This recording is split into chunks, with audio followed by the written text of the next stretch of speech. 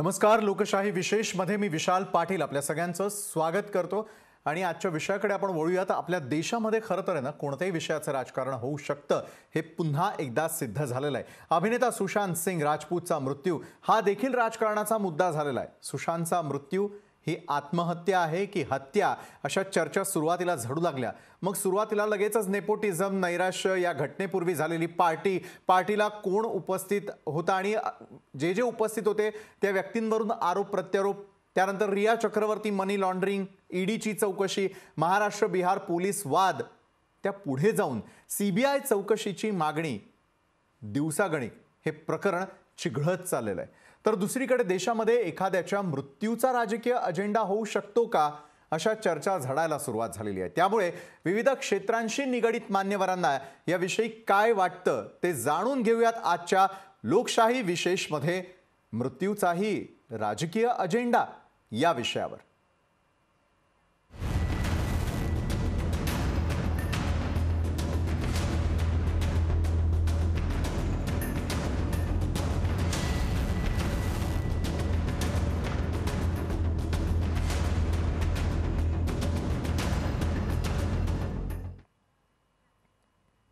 अभिनेता सुशांत सिंग राजपूतनं आत्महत्या केली, परंतु त्यानंतर त्याच्या मृत्यूचं राजकारण सुरू झालेलं आहे. त्यामुळे सुशांत सिंगच्या निमित्तानं राजकीय पक्ष हे त्यांचा अजेंडा राबवतायत का असा प्रश्न उपस्थित होऊ लागलाय.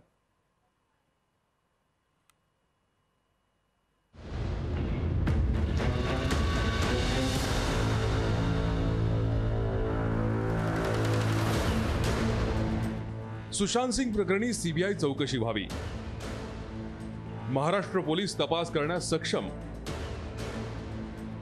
सरकार कोणाला वाचवण्याचा प्रयत्न करतंय, सुशांतला न्याय मिळवून द्यायचा आहे. आपण आता ही जी काही वक्तव्य ऐकली ती आहेत वेगवेगळ्या राजकीय नेत्यांची, आणि हो, बिहारच्या पोलीस महासंचालकांचंही असंच राजकीय नेत्यांसारखं वक्तव्य आहे. अभिनेता सुशांत सिंग राजपूतच्या आत्महत्येनंतर बॉलिवूडसह संपूर्ण देश हळहळला. पण दिवस पुढे जात राहिले तसे या विषयाचा गुंता अधिकच वाढत गेला. सुशांतच्या मृत्यूनंतर त्याचा घातपात झाल्याचा संशय अनेकांनी व्यक्त केला. पण फॉरेन्सिक रिपोर्टमध्ये त्याचा मृत्यू हा गळफास घेतल्यानंच झाल्याचं स्पष्ट झालं. तरीही सुशांतच्या आत्महत्येच्या निमित्तानं कित्येकांनी आपला राजकीय अजेंडा राबवण्याचा प्रयत्न केल्याचा आरोप होतोय. सुशांतच्या मृत्यूनंतर अनेक घडामोडी घडल्या. बॉलिवूडमधल्या घराणेशाहीवर टीका झाली. मुंबई पोलीस विरुद्ध बिहार पोलीस असा संघर्ष निर्माण झाला. राजकीय आरोप प्रत्यारोपांना उधाण आलं. राम कदम, नारायण राणे यांच्यासारख्या राज्यातल्या अनेक भाजप नेत्यांनी या प्रकरणी सीबीआय चौकशीची मागणी करत सरकारची कोंडी करण्याचा प्रयत्न केला. महाराष्ट्र सरकारला नेमकं कोणाला वाचवायचं आहे? कोण नेते आहेत, कोण फिल्म इंडस्ट्रीतली मोठी लोक आहेत, कोणाला वाचवतंय कोणाला महाराष्ट्र सरकार? म्हणजे 50-55 दिवसामध्ये यांना कोणाला बोलवून त्यांच्याकडून माहिती घ्यायला सरकारकडे वेळ नाही. डायरीची पानं फाडली जातात. कोण फाडतंय? बिहारचे पोलीस येतात, महाराष्ट्राचं सरकार त्यांना चौकशी करू देत नाही, त्यांना क्वारंटाईन केलं जातं. मुंबईचे पोलीस सक्षम आहेत, त्यांना नीट काम करू दिलं जात नाही, त्यांच्या कामामध्ये ढवळाढवळ. सीबीआयला केस सोपवत नाही. महाराष्ट्राचं सरकार नेमकं कुणाला वाचवतंय? तर तिकडे बिहारमधून मुख्यमंत्री नितीश कुमार आणि त्यांचे विरोधक लालूपुत्र तेजस्वी यादव यांनीही सीबीआय चौकशीची मागणी रेटून धरली. नितीश कुमार यांनी केंद्राकडे तशी शिफारस केल्यानंतर केंद्रानंही सीबीआय चौकशीला सुरुवात केली. विशेष म्हणजे बिहारमध्ये कोरोनाचा कहर असताना आणि महापुरानं थैमान घातलेला असताना गायब असणारे नितीश कुमार सुशांत सिंग प्रकरणी अचानक आक्रमक झाले आणि बिहारी अस्मितेचा विषय केला. इकडे राज्यातील शिवसेनेचे नेते सीबीआय चौकशी कशाला हवी आहे असा प्रश्न विचारतायत. त्याचवेळी अभिनेत्री कंगना राणावतनंही आदित्य ठाकरे आणि मुख्यमंत्री उद्धव ठाकरेंना लक्ष केलं. थोडक्यात आपल्या देशात कोणत्याही घटनेचं राजकारण करून राजकीय अजेंडा राबवला जातो हे सुशांत सिंगच्या आत्महत्या प्रकरणानं पुन्हा एकदा सिद्ध केलंय. ब्युरो रिपोर्ट, लोकशाही न्यूज.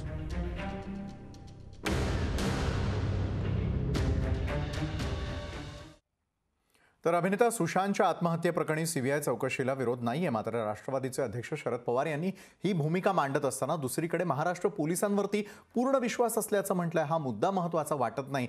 पार्थ पवार यांच्या बोलण्याला कवडीची किंमत नाही. राज्यातील शेतकऱ्यांच्या आत्महत्येबद्दल चर्चा व्हायला हवी असं देखील ते म्हणालेले आहेत. नेमकं काय सूचक वक्तव्य यावेळेला शरदराव पवार करतात पाहूयात. भाजप वारंवार सुशांत सिंह प्रकरण उचलून काढत आहे. राज्य सरकारला अडचणीत आणण्याचा प्रयत्न होतोय का? कारण सीबीआय चौकशीची मागणी केली जाते यासाठी. असं कोणाला चौकशी करायची असेल मला माहिती नाही. ते राज्य सरकारचा सीबीआयचा हा विषय मी काही त्याच्या खोलात जाऊ इच्छित नाही. पण माझा महाराष्ट्र पोलिसांचा पूर्ण विश्वास आहे आणि एवढे करून कोणाला वाटत असेल तर सीबीआय वगैरे आणखीन कुठली एजन्सी वापरायची असेल तर मी काही त्याला कधी विरोध करणार नाही. ठाकरे फॅमिलीला डॅमेज करण्याचा प्रयत्न केला जातो. ठाकरे कुटुंबियांना डॅमेज करण्याचा, बदनाम करण्याचा प्रयत्न केला जातो. असं आहे की याच्यात त्याच्या पाठीमागचा हेतू काही मी काही सांगू शकत नाही. सीबीआयच्या बद्दलची जर चौकशी कोणाला करायची असेल मी स्वच्छ सांगितलं माझा महाराष्ट्र आणि मुंबई पोलिसांवर 100% विश्वास आहे.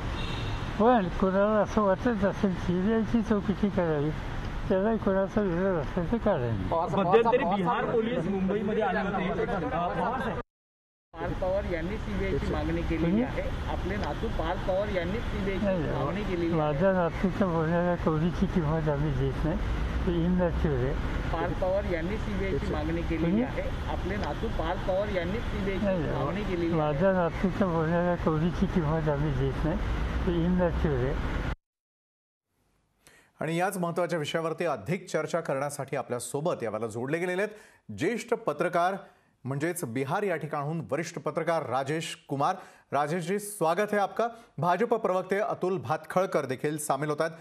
अतुलजी, आपलं देखील स्वागत. आणि अभिनेता संजय शेजवळ या क्षणाला आपल्यासोबत जोडला गेलेला आहे. संजय, आपलं देखील स्वागत. त्याचबरोबर अभिनेत्री केतकी चितळे या चर्चेमध्ये सामील होणार आहे आणि ज्येष्ठ पत्रकार अशोक वानखेडे देखील आपल्यासोबत जोडले जातील. अतुल भातखळकर यांच्यापासून मला खरं तर सुरुवात करायला आवडेल. अतुल भातखळकर जी, आज ज्यावेळेला शरदरावजी पवार यांना देखील अशा प्रकारचे प्रश्न विचारण्यात आले त्यावेळेला त्यांनी दिलेली प्रतिक्रिया जी आहे ती अतिशय महत्त्वाची होती. कारण सरकारवरती एका बाजूला ताशेरे ओढले जात असताना दुसरीकडे मात्र पार्थ पवार यांनी जे मत व्यक्त केलेलं आहे किंवा त्यांनी जी मागणी केलेली आहे त्याला आपण कवडीची किंमत देत नाही असं त्यांच्याकडून वक्तव्य करण्यात आलेलं आहे. अतुलजी, कसं पाहता आपण? नाही, मी सुरुवातीपासून हे सांगतोय कारण सर्वात पहिली सीबीआयची मागणी मी स्वतः अमित शहाना पत्र पाठवून 30 जुलै रोजी केली होती. बर. आणि या सगळ्या प्रकरणामध्ये राजकारण आहे का नाही तर ते 100% राजकारण आहे. बर. आणि ते राजकारण हेच आहे की राष्ट्रवादी आणि काँग्रेस हे दोन्ही पक्ष या प्रकरणामध्ये शिवसेनेच्या बरोबर कुठल्याही स्वरूपाने उभे नाहीत. बर. शरद पवार नेहमीप्रमाणे आज ते डबल अर्थाचं बोलले. ज्या पार्थ पवारांनी माझ्याही आधी 2 दिवस आधी पत्र राज्याच्या गृहमंत्र्यांना दिलं आणि हे सांगितलं की सीबीआयची चौकशी करा, तशा आशयाचं ट्विट त्यांनी केलं.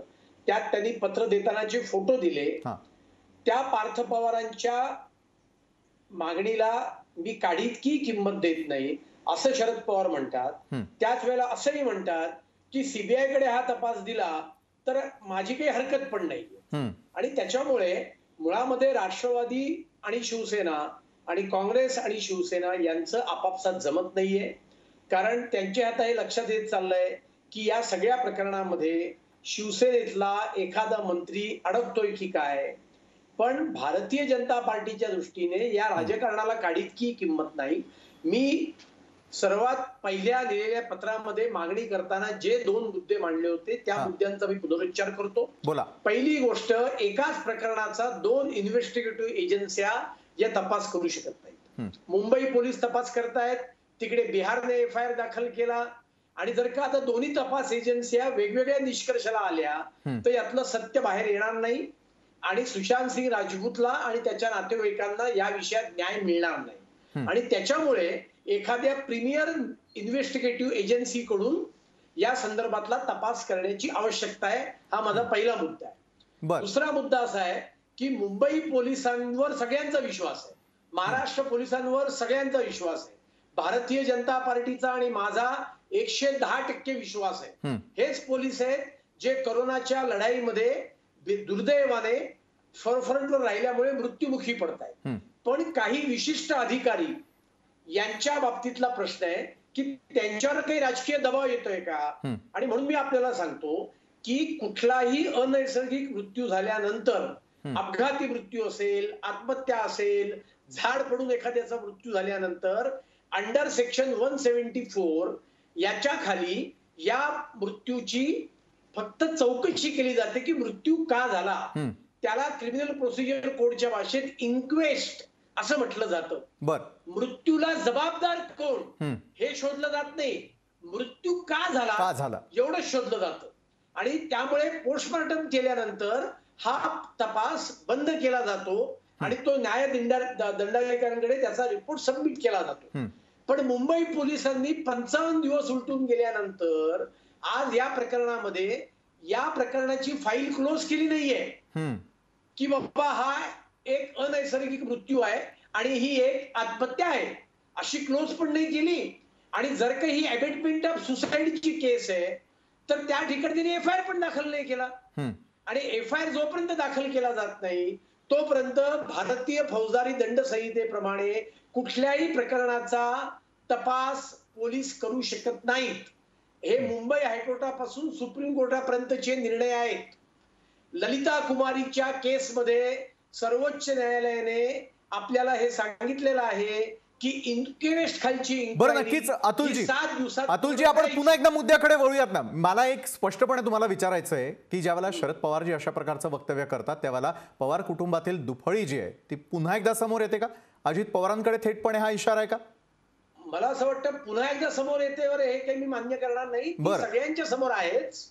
फक्त सेक्शन ऑफ द मीडिया वारंवार ती लपवण्याचा प्रयत्न करते आणि म्हणूनच पार्थ पवारांनी माझ्या पत्राच्या आधी म्हणजे 28 जुलैला ट्विट केल्यानंतर मीडियातल्या एकाने ही बातमी दिली नाही. खरं तर एनसीपीचे लोकसभेचे उमेदवार अयशस्वी झाले, ते राज्याच्या उपमुख्यमंत्र्यांचे चिरंजीव आणि त्यांच्याच पक्षाचे गृहमंत्री, तरी सुद्धा मीडियाने या बातमीला प्राधान्य दिलं नाही. मला वाटतं माध्यमांवरती आपण याचा खापर फोडू नये, कारण कोणाला किती किंमत द्यायची, कोणाच्या वक्तव्याला किती वजन आहे हे माध्यम जे आहेत ते नेहमी ठरवत असतात. अतुलजी आपल्याकडे येणारच आहे, मात्र यावेळेला बिहारहून वरिष्ठ पत्रकार जे आहेत राजेश कुमारजी ते देखिए अपने सोबत जोड़ने के लिए। राजेश कुमार जी, सच्चाई जो है पूरा देश जानना चाह रहा है इस समय में, लेकिन अगर देखा जाए तो गहमा गहमी जो है वो पूरी तरीके से बिहार पुलिस हो जाए या फिर महाराष्ट्र पुलिस हो जाए, उन दोनों के बीच में चल रही है। और साथ में जो है नेतागण उनके भी जो है अलग अलग स्टेटमेंट्स जो है आना शुरू हो गए हैं। सिर्फ एक ही कलाकार नहीं है जिसने इस तरीके से आत्महत्या की है, लेकिन इस बात को, एजेंडे को क्यों इतना बड़ा बनाया जा रहा है? क्या लग रहा है आपको, पॉलिटिकल एजेंडा है ये सुशांत सिंह की आत्महत्या हो तो? राजेश जी, सुशांत सिंह का जो मामला है जी, उस मामले को सिर्फ राजनीति से ना देखा जाए। ये दो चीजें हैं इसमें। एक तो मामला अपराध से जुड़ा हुआ है जी, और दूसरा मामला राजनीति अपने आप जुड़ जाती है। ये मामला दो राज्यों का जुड़ा हुआ है। हाँ जी, बिहार भी है और महाराष्ट्र भी है। ये मामला तब तुल पकड़ा जब सुशांत सिंह के अकाउंट में 18 करोड़ रुपए थे जी, वो अचानक 3.5 करोड़ के आसपास रह गया जी। अब सवाल आता है कि उनके निधन के बाद 18 करोड़ रुपए से 3.5 करोड़ रुपया रहा, तो बाकी रुपए कहाँ गए? जी हाँ, 15 करोड़ की अफरा तफरी तो नहीं हुई। दूसरी बात ये रही कि फैमिली को लग रहा था कि महाराष्ट्र पुलिस इसमें कोई खास काम नहीं कर रही। जी जी, तो उन्होंने अपने राज्य बिहार में सरकार से, पुलिस से संपर्क किया। पुलिस ने फैमिली के मामले को देखते हुए एक कांटेक्ट किया, वो महाराष्ट्र में आई जांच करने के लिए। तो ठीक है, ये बात सही है कि ये मामला पूरी तरह महाराष्ट्र सरकार का है। उनकी मौत हुई, मौत कैसे हुई, जांच का विषय है, ये महाराष्ट्र का विषय है। और ये होना भी चाहिए था कि बिहार में एफआईआर दर्ज हुआ तो 0 मामले में दर्ज होते हैं और ट्रांसफर हो जाता है अदर राज्य को। लेकिन डाउट वहां पैदा हो गया कि जब पुलिस की, बिहार पुलिस की एक टीम आती है महाराष्ट्र में, जांच करती है, उनको कोई रोक टोक नहीं होता है। लेकिन जब एक आईपीएस अफसर का लेवल का अधिकारी मिस्टर विनय तिवारी जब जांच के लिए आते हैं, आप उन्हें रोक लेते हैं क्वारंटाइन के नाम पर, तो मामला उठता है कि भाई आपने क्वारंटाइन क्यों किया? यदि आपकी ये पॉलिसी है क्वारंटाइन करने की, तो आप जो अधिकारी, पुलिस अधिकारी पहले आए थे उनको भी कर लेते। जी हाँ, ये मामला बनता है। यहां से वो डाउट हुआ। लेकिन जहां तक मुंबई पुलिस का सवाल है, तो ये मान के चलिए कि मुंबई पुलिस दुनिया की बेहतर पुलिस में से एक है। जी। नक्कीच या संदर्भामध्ये आपण आणखी बोलण्यासाठी आपल्याबरोबर यावेळेला अभिनेता संजय शेजवळ देखील जोडला गेलेला आहे. संजय, जर आपण विचार केला तर सुशांत सिंग राजपूत हा अनेकांसाठी एक चांगलं व्यक्तिमत्व होता, किंवा जे आपण म्हणतो की उदयोन्मुख कलाकार जे या क्षेत्राकडे वळू पाहतात इच्छितात त्यांच्याकडे नेपोटिझम सारख्या गोष्टींचा सामना करत असताना दुसरीकडे स्वतःची एक जागा निर्माण करण्यासाठी अनेक कलाकार जे ते धडपडत असतात. संजय, जर आपण पाहिलं की तुझंही बॅकग्राऊंड तसं नाही आहे की ज्या ठिकाणी आपल्या कुटुंबामध्ये सर्वच कलाकार आहे आणि त्यानंतर मग आपण या क्षेत्राकडे वळतोय, खूप मोठं स्ट्रगल असताना संजय सुशांतच्या आत्महत्या प्रकरणाकडे किंवा या प्रकरणाकडे कशा प्रकारे पाहतो? राजकारण जे त्यावरून सुरू झालेलं आहे, राजकीय अजेंडा एखाद्याच्या मृत्यूचा देखील होऊ शकतो, हे पाहिल्यानंतर संजय काय वाटतं? या क्षेत्राशी निगडित आहेस, या क्षेत्राला जवळून पाहतोयस, तिथलं स्ट्रगलही अनुभवतोय संजय. खूप वाईट वाटतं की अशा पद्धतीने एका म्हणजे कलाकाराचा मृत्यू व्हावा, ते पण लॉकडाऊनमध्ये. म्हणजे पूर्ण जगामध्ये अशी परिस्थिती आल्यानंतर असा एक मृत्यू झाला आणि त्यावरून जे काही राजकारण चाललं, म्हणजे आता हे असं झालंय की पहिली केस बघतोय की म्हणजे घराघरात रस्त्यावर सगळ्या कुणालाही विचारलं तुम्ही तर काय चाललंय या केसमध्ये, काय चाललंय हे सगळ्यांना माहीत झालं. म्हणजे एवढं हे पब्लिक डोमेनमध्ये आलंय. सोशल मीडिया एवढा पॉवरफुल आहे की ते यूट्यूब सगळ्या माध्यमातून सुशांत सिंगच्या डेड बॉडीचे फोटोज म्हणजे ते एक तर लीक झाले, ते व्हायला नाही पाहिजे होते. तिथून जी सुरुवात झालेली आहे ती इन्व्हेस्टिगेशन कशी चालली आहे, काय चाललंय हे सगळं माहिती आहे. त्यामुळे हे पहिल्यांदा मी बघतोय की हे असं का घडतंय. म्हणजे आणि त्यामध्ये एक तर पॉलिटिक्स होतं की एक तर बिहार सरकार तिथून आणि इथून महाराष्ट्र सरकार. जर माझं म्हणणं एवढंच आहे की जर तुम्हाला काहीतरी डाऊट आहे की ही आत्महत्या नाही आहे, हत्या केली आहे, तर महाराष्ट्र सरकार पण म्हणतंय की सीबीआयकडे द्यायचे आम्हाला, बिहार पण म्हणतंय की आम्हाला सीबीआयची चौकशी करायची. तर माझं असं म्हणणं की प्रॉब्लेम कुठे आहे? फक्त तुमचे इगो क्लॅशेस आहेत का? हे Maharashtra government versus Bihar government नाही आहे. एक कलाकार जो मुंबईत आला होता, स्ट्रगल केलं, त्याने काही त्याचा बॅकग्राऊंड नसताना, फिल्मी बॅकग्राऊंड नसताना तो लढला आणि त्याने प्रूव्ह केलं. आणि प्रूव्ह केल्यानंतर त्याला जे नेपोटिझम आणि ऑब्व्हियसली हे आहे हे मी मान्य करतो आणि त्याला फेस करावं लागलं. आणि ते करता करता त्याच्याबरोबर काय झालं होतं किंवा आता जे काही गूढ म्हणजे रहस्यासारखं आता दिसतंय मला की आधी वाटलं की हो आत्महत्या, पण नंतर त्याचेच जे कुक आहेत किंवा जे काही त्यांचे निकटवर्तीय आहेत किंवा मित्रमैत्रिणी तपास करण्यात त्याच्या मैत्री. आणि मेन म्हणजे त्याच्या वडिलांनी जी केस केली ती खूपच मोठी आहे की त्याची गर्लफ्रेंड आणि तिच्या विरुद्ध जे काही होतं ते खरंच आहे की मला असं वाटतं की जर काही झालं असेल असं तर त्याच्या वडिलांना आणि सुशांतला न्याय मिळालाच पाहिजे. तर मला असं वाटतं की इथे पॉलिटिक्स न करता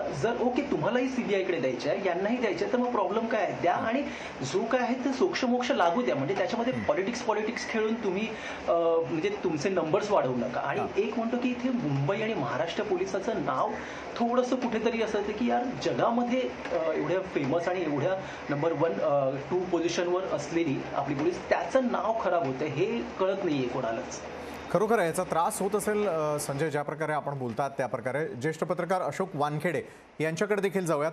अशोक वानखेडेजी, आपण बघताय की एका बाजूला वृत्तांकन ज्या प्रकारचं सुरू करण्यात आलेलं आहे किंवा ज्या प्रकारचे आरोप प्रत्यारोप हे सुरू झालेले आहेत, एका बाजूला पोलीस विरुद्ध पोलीस म्हणजे बिहार पोलीस विरुद्ध महाराष्ट्र पोलीस अशी सगळी एका बाजूला जंग सुरू असताना दुसरीकडे आपण पाहतोय की हे प्रकरण दिवसागणिक चिघळत चाललेलं आहे. एका बाजूला ईडीच्या चौकशीला सुशांतच्या कुटुंबियांपासून ते मित्रमैत्रिणींपासून ते रिया चक्रवर्तीपर्यंत सगळ्यांचा तपास या ठिकाणी सुरू करण्यात आलेला आहे. तर दुसरीकडे सीबीआयकडे या संदर्भातली मागणी देण्याबाबत काकुचराई नेमकी केली जाते, ज्या प्रकारचे भडकवणारे वक्तव्य देखील केले जात आहेत, यामागचं नेमकं आणि मुख्य कारण काय?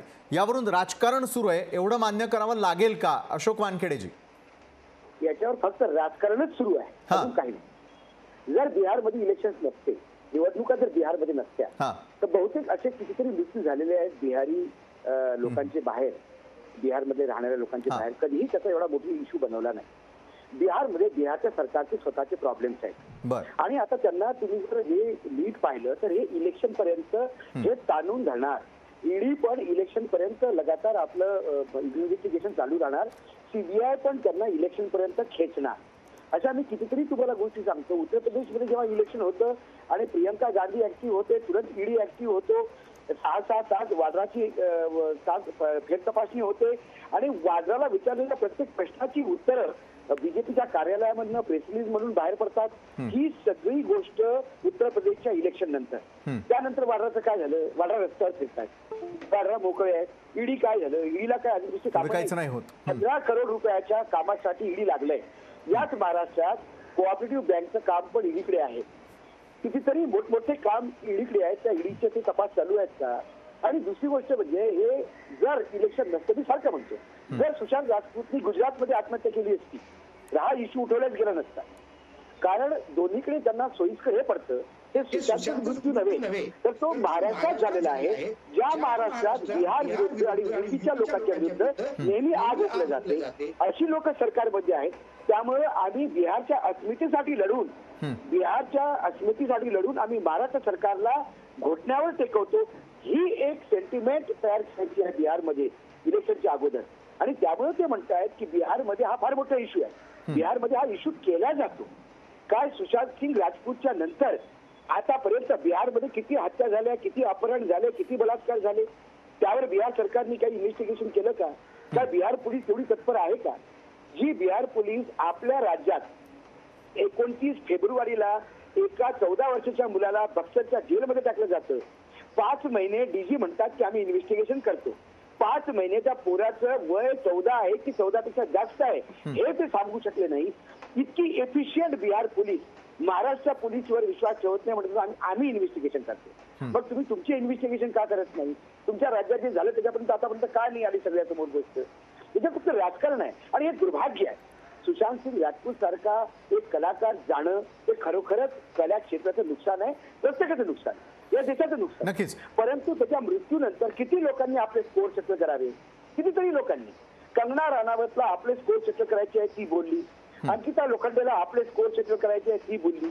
मुंबई पोलिसने केस इन्व्हेस्टिगेशन करण्याच्या अगोदर मोठमोठ्या सेलिब्रिटीजना बोलावून या केसमध्ये टीआरपी वाढवण्याचा प्रयत्न केला. काय मांडवली चालू होती का मुंबई पोलिसांची 50 दिवस? या वेगवेगळ्या गोष्टी बिहार सरकारने जर पाहिलं की आपल्याला काहीतरी मिळतं त्यांनी केलं. केंद्र सरकारने सुप्रीम कोर्टाविषयी बोलायच्या अगोदरच सीबीआय इन्क्वायरी ऑर्डर केली. या तमाम गोष्टी शेवटी इंडिकेशन हेच देतात. नारायण राणेंना बोलायचं होतं, त्यांनी बोलून मोकळे झाले की त्यांना शिवसेनासोबत स्कोर सेटल करायचं. या सुशांत सिंग राजपूतच्या मेलेल्या सुशांत सिंग राजपूतच्या म्हणजे त्या लाशेवर किती बंदूक चालवणार? खरोखर आहे अशोकजी, तुम्ही जे मुद्दे मांडलेले आहेत अगदी तंतोतंत आहेत. या विषयाला मी पुढे तर देणारच आहे. मात्र अभिनेत्री केतकी चितळे देखील आपल्यासोबत आहे. केतकी, एकंदरीत हे प्रकरण पाहिल्यानंतर एक कलाकार म्हणून किंवा या गोष्टींच्या बाबतीत काय वाटतं हे मी आपल्याकडून जाणून तर घेणारच आहे. मात्र पुन्हा एकदा मी राजेश कुमार वरिष्ठ पत्रकार यांच्याकडे जाईल. राजेश जी, अगर आपने अशोक वानखेड़े जी का कहना सुना होगा, अगर बिहार में चुनाव ना होते तो क्या सुशांत सिंह राजपूत को लेकर क्या बिहार पुलिस यहाँ पर आती? क्या बिहार के जो राजनेता है वहाँ के वो भी इस चीज़ को इतना गंभीरता से लेते? क्या लगता है आपको कि बिहार में चुनाव है और उसी को मद्देनज़र रखते हुए काफ़ी इंटरेस्ट लिया जा रहा है सुशांत सिंह राजपूत केस में? देखिए, ये तो सही है कि बिहार में चुनाव है जी। अक्टूबर नवंबर में चुनाव होने हैं, सितंबर लास्ट तक अनाउंसमेंट होने हैं, लेकिन हर मामले को चुनाव से जोड़कर नहीं देखा जाना चाहिए. बिहार में जो चुनाव ना होते तो क्या लगता है आपको नीतीश कुमार जी इस बारे में बात करते? श्योर, क्यों नहीं करते? क्योंकि एक हाई प्रोफाइल एक्टर है, उसकी फैमिली वहां की सरकार से रिक्वेस्ट कर रही है. हाँ. खुद जो एक्टर हैं उनके रिश्तेदार जो हैं हाई प्रोफाइल पुलिस अफसर हैं बीजेपी रैंक के, उनके भाई बीजेपी के विधायक हैं, वो तो आवाज उठाते. वहां छोड़ दीजिए बिहार में, आप महाराष्ट्र में ही देखिए, जो महाराष्ट्र के लीडर हैं जो बीजेपी से हैं वो खुद सीबीआई जांच की मांग कर रहे हैं. तो हर चीज को चुनाव से जोड़कर नहीं देखना चाहिए. एक पीड़ित परिवार है, वो कोई रिक्वेस्ट किया है वो देखना चाहिए. हाँ, इसमें ये होना चाहिए था, या जो प्रोसीड्योर है, जो पॉलिसी है, जो सरकार के नियम है, कानून है कि भाई आप 0 FIR दर्ज करते और महाराष्ट्र सरकार की महाराष्ट्र पुलिस से बात करते, वो आपको सहयोग करते, डायरेक्ट जांच नहीं करते. उसमें जो कंट्रोवर्सी हुई वो अलग विषय है. लेकिन जहां तक चुनाव नहीं भी होता तो भी ये जांच की बात होती. आप जो बात कर रहे हैं चुनाव में फायदा या नुकसान होने की बात हो रही है, तो जो चुनाव जिस समुदाय से आते हैं वो ऑलरेडी बीजेपी में है और दूसरे पार्टियों में भी है, तो हर चीज को तो आप चुनाव से जोड़ के नहीं दे सकते।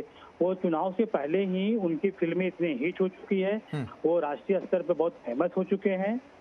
उस स्तर पे एक किसी की मौत होती है तो परिवार जी राजेश जी, मतलब इसका चुनाव से कुछ लेना देना नाही आहे, आपका ये सीधा बात करने की आप कोशिश कर रहे हैं। अतुल भातखळकरजी, मी तुमच्याकडे येतो।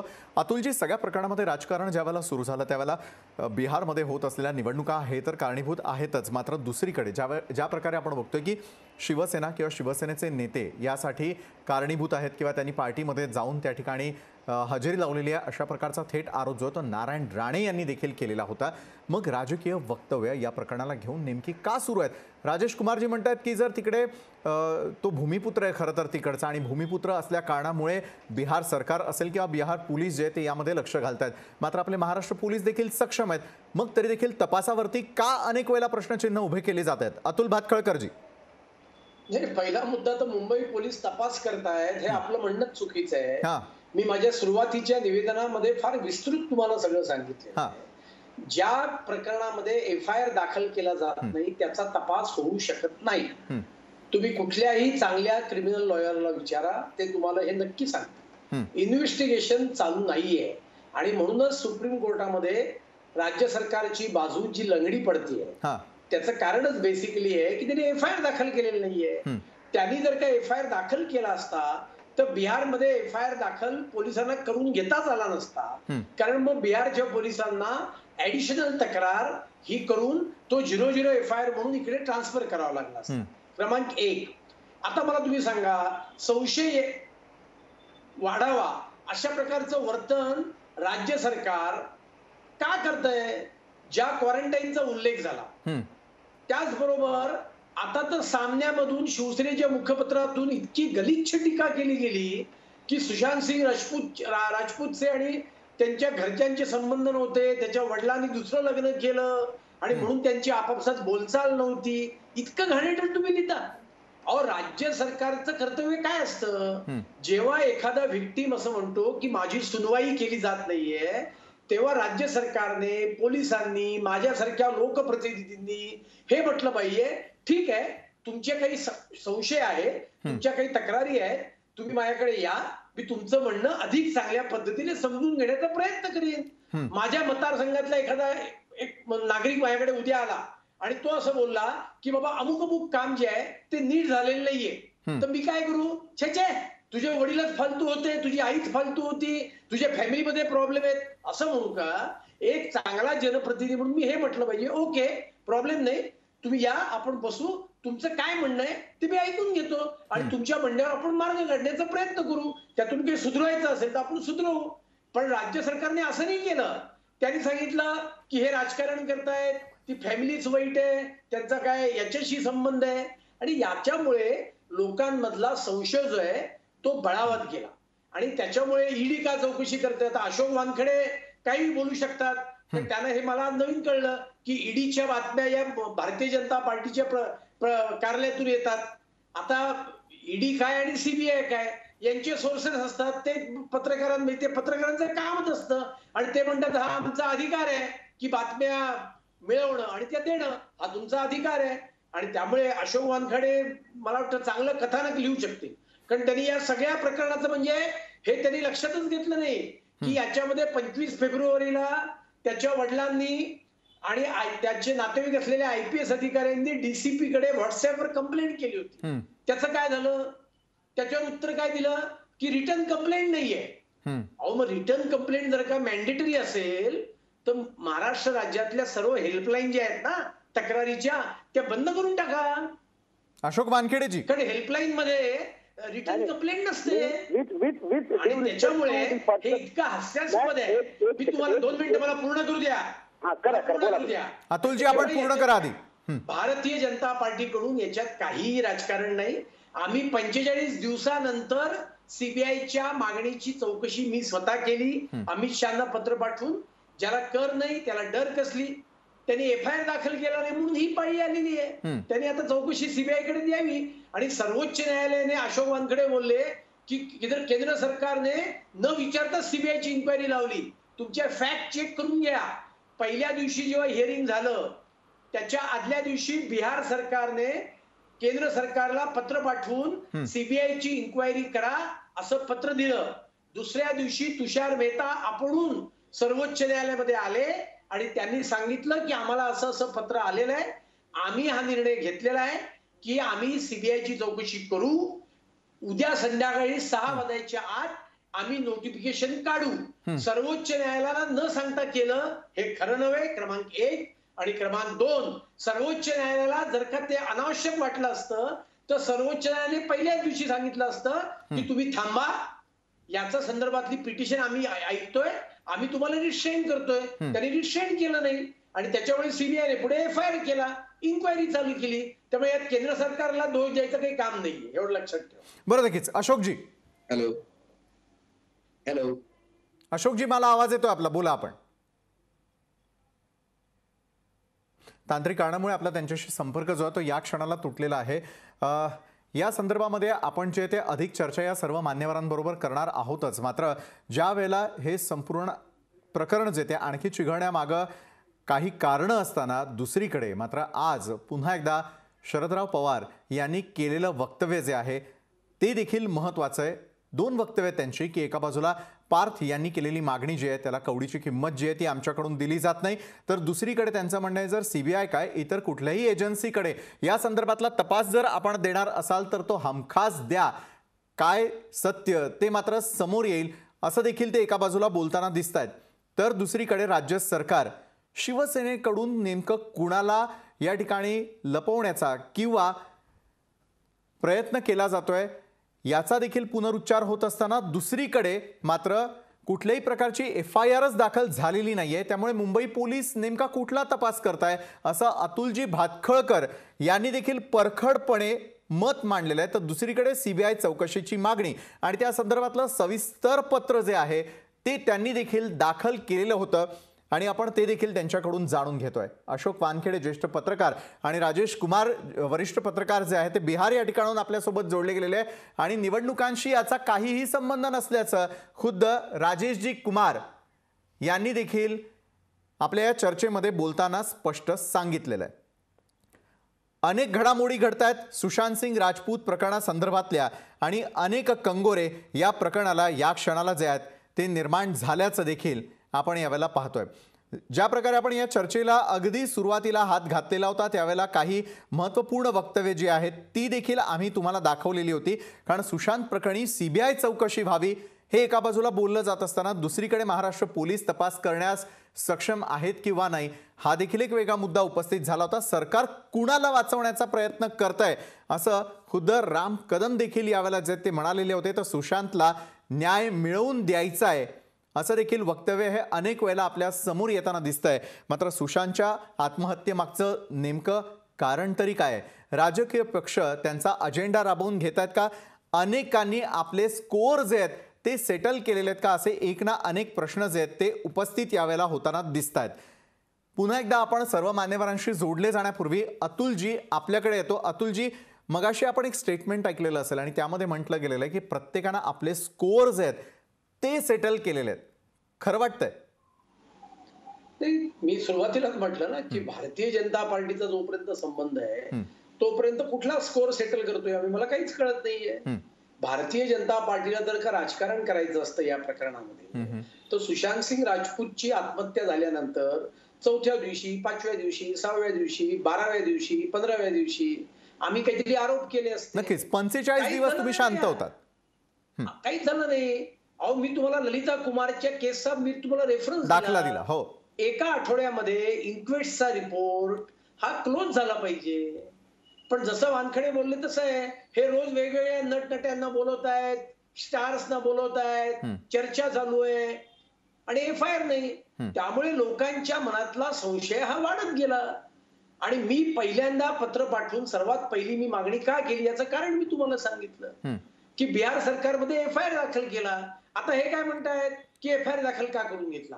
अरे बाबा, त्याचे वडील बिहारमध्ये राहतात, ते 75 वर्षाच्या वयामध्ये ते मुंबई पोलिसांकडे येणार का लॉकडाऊनच्या काळात? नाही येणार, ते येऊ शकत नाहीत. बरं, त्यांचा अनुभव वाईट होता हे आपण पाहिलं. 25 फेब्रुवारीला त्यांनी व्हॉट्सअप मेसेज केला होता तुम्ही त्यांची टिंगलटवाळी करताय. त्यांनी नियरेस्ट पोलीस स्टेशन मध्ये ते गेले आणि त्यांनी FIR दाखल केला. कुठलाही कॉग्निझेबल ऑफेन्सचा FIR घेणं हे पोलिसांवर बंधनकारक असतं. हा क्रिमिनल प्रोसिजर कोड आहे. त्यामुळे अतुलजी, महाराष्ट्र पोलिसांना हे साधंही कळू नये. याची चौकशी केली पाहिजे. म्हणून आपल्याला माहिती असेल, मी 8 दिवसापूर्वी राज्याच्या मुख्यमंत्र्यांना पत्र पाठवून ही मागणी केली होती की परमवीर सिंग यांना सक्तीच्या रजेवर पाठवा. आणि दोन्ही पोलीस जे DCP आहेत दोन्ही एरियातले, मालाडचे, पश्चिमचे आणि त्या ठिकाणचे, त्या वेळेला जे DCP होते, या गोष्टी घडल्या तेव्हा त्यांना निलंबित केलं पाहिजे.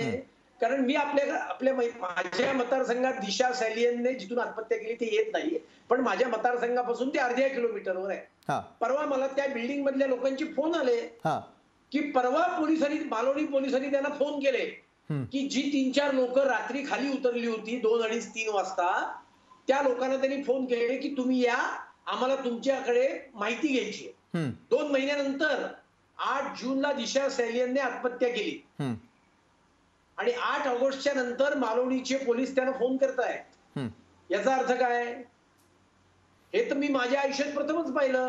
खरोखर म्हणजे एका बाजूला महाराष्ट्र पोलिसांकडून कुठल्याही प्रकारची कारवाई होत नाही आणि त्यामुळे जर दुसरीकडे सुशांतच्या वडिलांना बिहार पोलिसांना अप्रोच करावा लागत असेल आणि तिथून खरं तर या सर्व गोष्टींना सुरुवात झालेली आहे. अशोक वानखेडेजी, मगाशी तुम्ही बोलत होतात, मात्र तांत्रिक कारणामुळे तुमच्याशी संपर्क तुटलेला होता. पुन्हा एकदा संपर्क प्रस्थापित झाला असेल असं समजून अशोकजी आपण आपली बाजू मांडत होतात, बोला.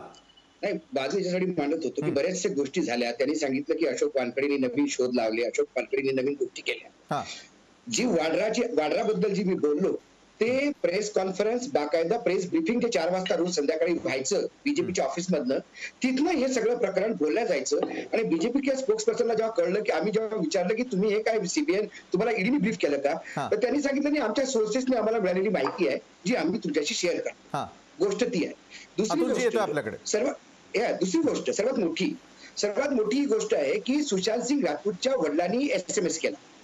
त्याच्या वडिलांनी SMS नाही केला, त्याच्या मेहुण्यानी SMS केला, त्याच्या बहिणीच्या नवऱ्याने. तो एक IPS ऑफिसर आहे. जेव्हा या IPS ऑफिसरने बघितलं की सर ये हाई प्रोफाइल केस है, आप एक मेल कर सकते हैं, एक कंप्लेंट कर सकते हैं क्या, तर त्यांनी सांगितलं नाही, पर्सनल लेवल पे देख लो यार क्या कर सकते. म्हणजे दिल्ली पोलिसांना, मुंबई पोलिसाला सुशांत राजपूतच्या जावयानी, जो हरियाणा पोलीसमध्ये मोठा ऑफिसर आहे, त्यांनी सांगितलं पर्सनल लेवलवर जाऊन जरा पहा ती जी त्याची प्रेमिका आहे ती त्याला किती त्रास देते आणि ती काय देते. काय मुंबई पोलिसांचं हेच काम आहे का? ज्या फरीदाबादमध्ये ते पोस्टेड आहेत आणि त्यांच्या अंडर ज्या फरीदाबादमध्ये क्राईम होत आहेत त्या क्राईमचं तरी त्यांनी भरपूर सॉल्व्ह केलंय का? उद्या आकडा देऊ का त्याच्या क्राईमचा? असं जर आपण शोधत गेलो तर प्रत्येकाच्या हाताखाली भरपूर निघेल. सामना म्हणजे सरकार नव्हे. सामना काय तोंडसू घेतलं जातं ती गोष्ट वेगळी. सामना जेव्हा शिवसेना आणि बीजेपी सरकारमध्ये होतं तेव्हा सामना रोज मोदींना शिव्या घालायचं, तेव्हा बीजेपी वाले चूप असायचे, तेव्हा त्यांना सामना कोण वाटायचा, कारण ते सत्तात भागीदारी होते. सामना म्हणजे सरकार नव्हे. दुसरी गोष्ट, नारायण राणे त्या दिशाच्या बद्दल काय बोलतायत? दिशाचे आई वडील स्वतः सांगतात की आमच्या मुलीला का बदनाम करता, अशी पार्टी झाली नव्हती, कुठला नेता नव्हता, कुठले नव्हते, तिचे 4 लहानपणीचे मित्र होते. हे जेव्हा त्याचे आई वडील सांगतात तेव्हा ती कोणी ऐकायला तयार नाही. त्यावेळेला नारायण राणे म्हणतात की पूर्व दिशा.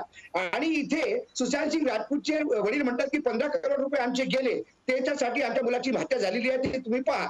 त्यासाठी ईडी, CBI या देशातील सगळी पोलीस, महाराष्ट्रातलं पूर्ण भारतीय जनता पार्टी. नक्कीच, मात्र मृत्यूचं मुख्य कारण काय हे अद्यापपर्यंत जे ते शोधू शकलेलं नसताना यावरून अजूनही शंका कुशंका उपस्थित असताना खरं तर सर्व मान्यवरांना मी नम्रपणे सांगेन यावेळेला की आपली वेळ जी आहे ती खरं तर संपत आलेली आहे. अर्धवट जरी चर्चा झाली असेल काही तांत्रिक कारणांमुळे तरी देखील एक फक्त बोलावंसं वाटतं आणि ते महत्वाचं आहे की या प्रकरणावरून कुठल्याही प्रकारची जी आहे ती राजकीय अजेंडा म्हणून या गोष्टींना राबवू नका. सत्य काय ते सर्वसामान्य जनतेला देखील समजून घ्यायचं आहे आणि लवकरात लवकर जर हे सत्य समोर आलं तर अनेक गोष्टींवरती पडदा पडू शकतो. मात्र तांत्रिकदृष्ट्या हे प्रकरण का चिघळवलं जातंय हा देखील एक महत्त्वाचा आणि कळीचा मुद्दा आहे. धन्यवाद अशोक वानखेड़े जी, धन्यवाद राजेश कुमार जी, आप हमारे साथ इसमें शामिल हुए. इसलिए अतुल भातखळकर जी आपले आणि केतकी संजय आपल्या दोघांचे देखील खूप खूप धन्यवाद की या चर्चेमध्ये आपण सामील झालात. काही तांत्रिक अडचणींमुळे काही मान्यवरांना जे ते बोलणं आज या चर्चासत्रामध्ये शक्य झालेलं नाहीये. मात्र या चर्चासत्रात वेळ झाली तर थांबण्याची. मात्र ताज्या बातम्यांसाठी तुम्ही पाहत रहा लोकशाही न्यूज.